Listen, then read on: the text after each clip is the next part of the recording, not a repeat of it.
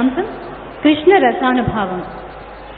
ఇందులో ముఖ్యంగా శ్రీకృష్ణ లీలల గురించి భక్తిభావ, రసానుభావ, శృంగారభావ సంబంధితమైన కీర్తనలకు రేవతి రామచంద్రన్ గారు మరియు వారి బృందంతో కలిసి అభినయంతో మన ముందు ప్రదర్శించబోతున్నారు.